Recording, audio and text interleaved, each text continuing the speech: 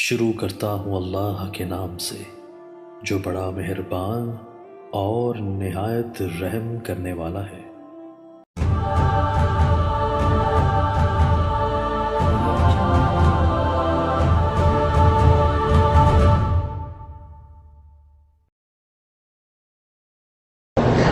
اولاد کو وراثت سے محروم کرنا بالکل شریعت میں جائز نہیں ہے، چاہے اولاد نافرمان بھی ہو۔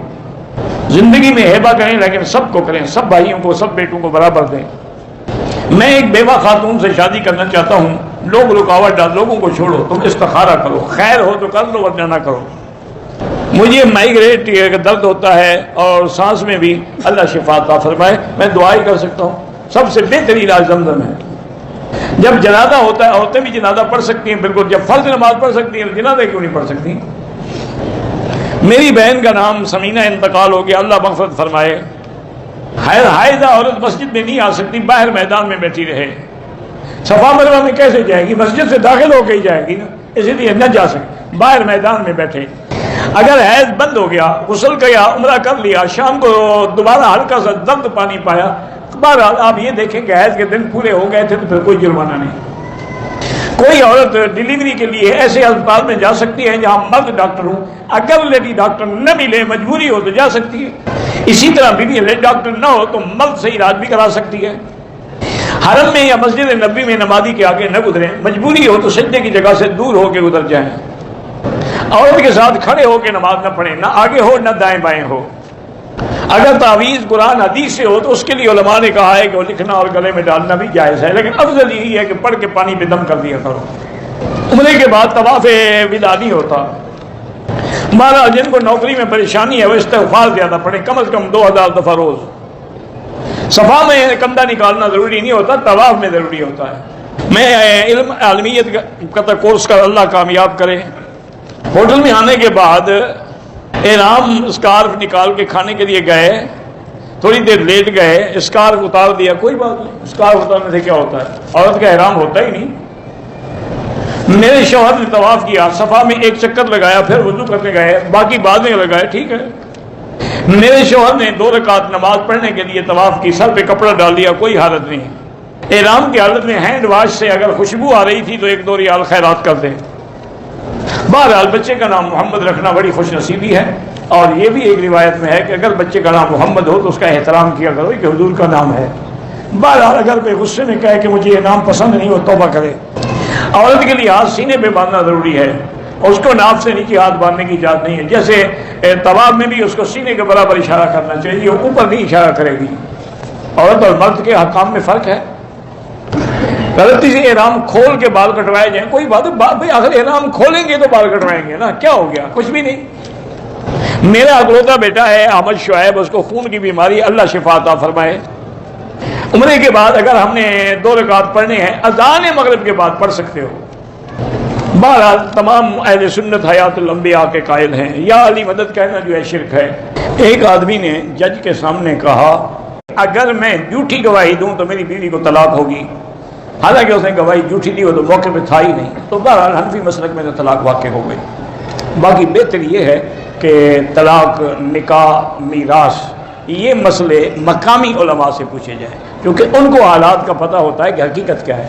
اب آپ نے یہ لکھا ہو لیکن حقیقت کوئی اور ہو۔ میری حیض کی کوئی مدت نہیں ہے۔ میری بیٹی ایک بات یاد رکھو کہ حیض کی کم سے کم مدت 3 دن ہوتی ہے، اور زیادہ سے زیادہ 10 دن ہوتی ہے۔ 10 دن کے بعد بھی اگر خون آ رہا ہے تو مانا استحاضہ ہے، بیماری ہے، وہ حیض نہیں ہے۔ اس لیے پھر آپ غسل کر کے نماز پڑھیں، روزہ رکھیں، سب کچھ کر سکتے ہیں، کوئی منع نہیں ہے۔ وہ استحاضہ ہوتا ہے، وہ حیض نہیں ہوتا۔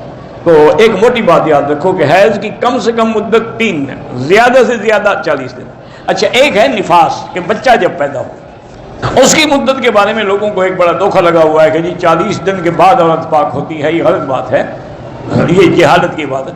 اگر ولادت کے 2 دن کے بعد بھی خون بند ہو جائے تو عورت پاک ہو گئی، وہ نماز بھی پڑھے گی، روزہ بھی رکھے گی، سب کچھ کرے گی۔ 40 دن کا معنی یہ ہے کہ اگر خون آ رہا ہے تو ہم 40 دن تک دیکھیں گے۔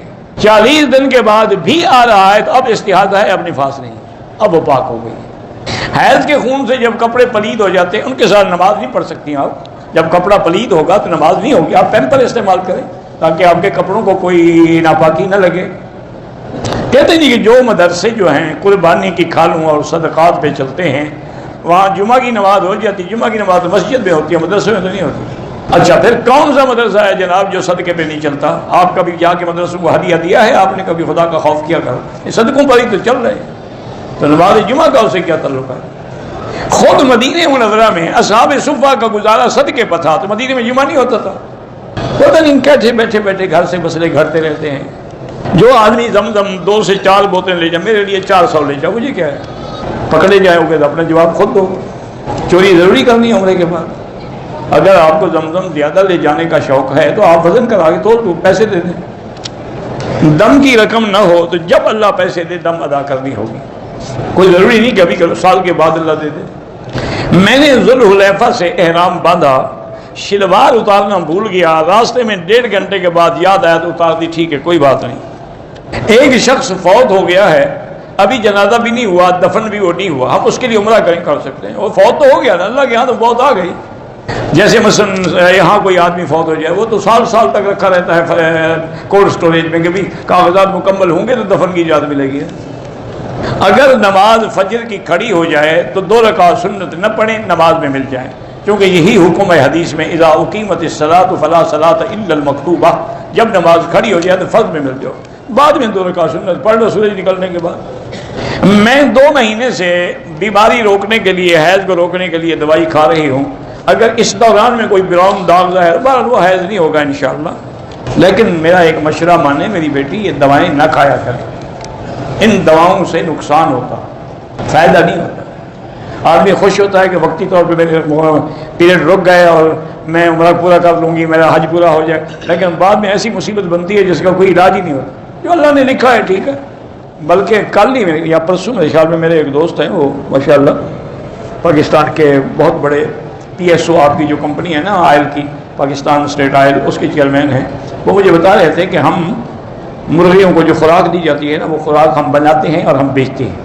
انہوں نے کہا کہ مکی صاحب یورپ میں اور وہاں پہ انتظام ہے کہ جن مرغیوں کو خوراک دی جاتی ہے ان کو پہلے 3 دن بند کیا جاتا ہے، خوراک بند کی جاتی ہے، پھر ذبح کیا جاتا ہے۔ پاکستان میں یہ نہیں ہے، فوراً بس وہ پکڑو اور ذبح کرو۔ انہوں نے کہا اس کا نتیجہ یہ ہے کہ آج 9 سال کی لڑکیاں بالغ ہو گئی، کیونکہ اس کے اندر ایک دوائی ہوتی ہے جو مرغی کو بڑا کرتی ہے، وہ لڑکیوں کو بھی بڑا کر رہی ہے۔